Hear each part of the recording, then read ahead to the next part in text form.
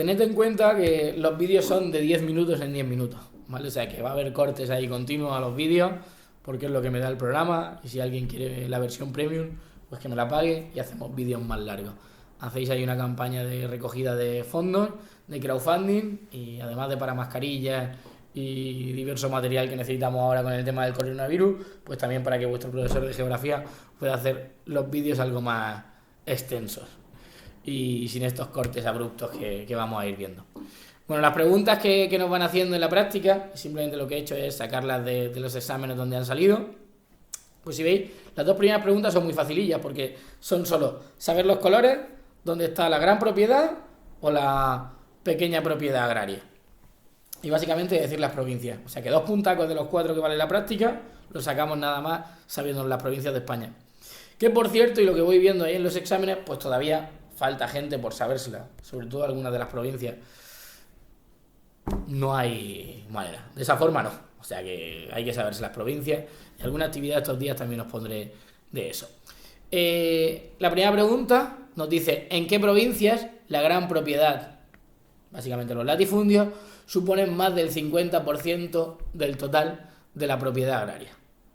Si nosotros miramos el mapa anterior que os he enseñado, pues básicamente simplemente tenemos que irnos a la leyenda, a la parte derecha del mapa, y en la leyenda nos dice, en la gran propiedad, que son las zonas que tienen más de 100 hectáreas, pues aquí en un color que sería como anaranjado, rojizo, ya sabéis que mi desconocimiento de los colores, como he dicho, es bastante grande, pues vamos, en el primer recuadrito, en el mismo color, aparecen las provincias que tienen más de un 50%, en las que hay más de un 50% que son latifundios, que son grandes propiedades. Básicamente serían las zonas estas que tenemos en la zona del oeste, sur, centro y buena parte de las provincias de Andalucía. Y solo tenemos que ir nombrando las provincias que aparecen en ese color. Si lo hiciéramos de norte a sur, hablaríamos primero de Guadalajara, ¿vale? Que la estoy señalando aquí con el puntero. Hablaríamos de Cáceres, Badajoz, Ciudad Real, Albacete, no hagamos la rima, Jaén, Córdoba, Sevilla, Huelva y Cádiz. Le diríamos esas provincias y esas son las que tienen más de un 50% de gran propiedad. Es decir, más de un 50% de sus propiedades son latifundios. Si veis, aparecen recogidas las provincias que os he dicho. Guadalajara, Cáceres, Badajoz, Ciudad Real, Albacete, Huelva, Sevilla, Córdoba, Jaén y Cádiz. Solo nombrar las provincias y un puntaco que nos dan. Pero es que no queda ahí la práctica, sino que la práctica también nos hace una segunda pregunta en la que también solo nos piden nombrar las provincias, en este caso no las de la gran propiedad, sino las que tienen más de un 50% del total de propiedad agraria, que son minifundios, es decir, que son pequeña propiedad. Y simplemente tendríamos que ver, y creo que sí que no me voy a equivocar con los colores, que serían las que aparecen en un color amarillo, que serían el primer rectangulito que aparece dentro del apartado de pequeña propiedad, menos de 10 hectáreas. Dentro de estas, pues básicamente tendríamos 3 provincias en Galicia, que serían la de más al norte, que sería Lugo, algo más al sur y en el interior Orense, y en la zona más costera, que tendríamos Pontevedra. También incluiríamos ahí Cantabria, León, que la estoy señalando por aquí, la zona de Segovia, dentro de la Comunidad Valenciana, la provincia de Valencia, y luego dentro de las Canarias, la provincia de Santa Cruz y la provincia de Las Palmas, más hacia la zona del este o hacia la zona oriental del archipiélago canario.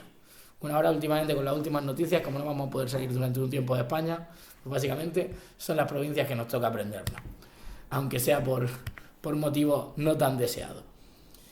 Por lo tanto, igual que la primera pregunta, la segunda pregunta solo es citar esas provincias que he dicho que aparecen en amarillo. Tendríamos Lugo, Pontevedra, Orense, las 3 gallegas, León y Segovia, 2 de Castilla y León, Cantabria, Valencia, Santa Cruz y Las Palmas. O sea que entre este punto del apartado B y el punto del apartado A ya llevaríamos 2 puntazos, que tenemos el 50% de la práctica, simplemente indicando esas 15, 20 provincias aproximadamente que tenemos que decirles. Y ya la última pregunta, que como siempre suele ser un poco la más complicadilla, si podemos decirlo entre comillas, o la que más razonamiento suele llevar, que ya veo en los exámenes, que es la que solemos tener ahí más problemillas, pero que nos da la otra mitad de la práctica, sería una pregunta ya de desarrollo, de comprensión. Y básicamente hay que relacionarlo con el tema que nosotros vimos, donde vimos la parte de agricultura, ganadería y explotación forestal. Que si os acordáis era el del espacio rural, tema que por cierto no nos debe ser ajeno porque salió en el examen junto con el tema 6 de la población española.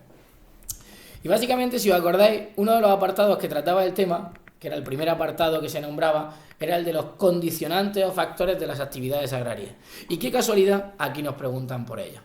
Dice la pregunta, el enunciado, explique los factores que han provocado dicha distribución. Es decir, que han provocado que haya más latifundios en el centro y sur y más minifundios en la zona del norte. Y luego la segunda parte, que sería, ¿y qué consecuencia se ha derivado de que haya minifundio en una zona, latifundio en otra, y esa polarización, latifundio, minifundio, que tenemos? Parezco yo Rodolfillo ahí, con las patitas ahí saliendo a la calle ahora, estos días de confinamiento. Que claro, está aislados o confinados. No era difícil pensar que podía yo salir con esas cosas.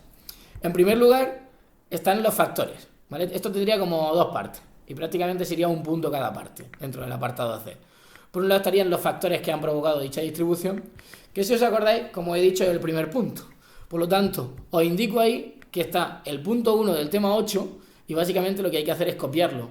Eso sí, resumidillo, porque es verdad que el punto 1 ese era el más largo del tema 8.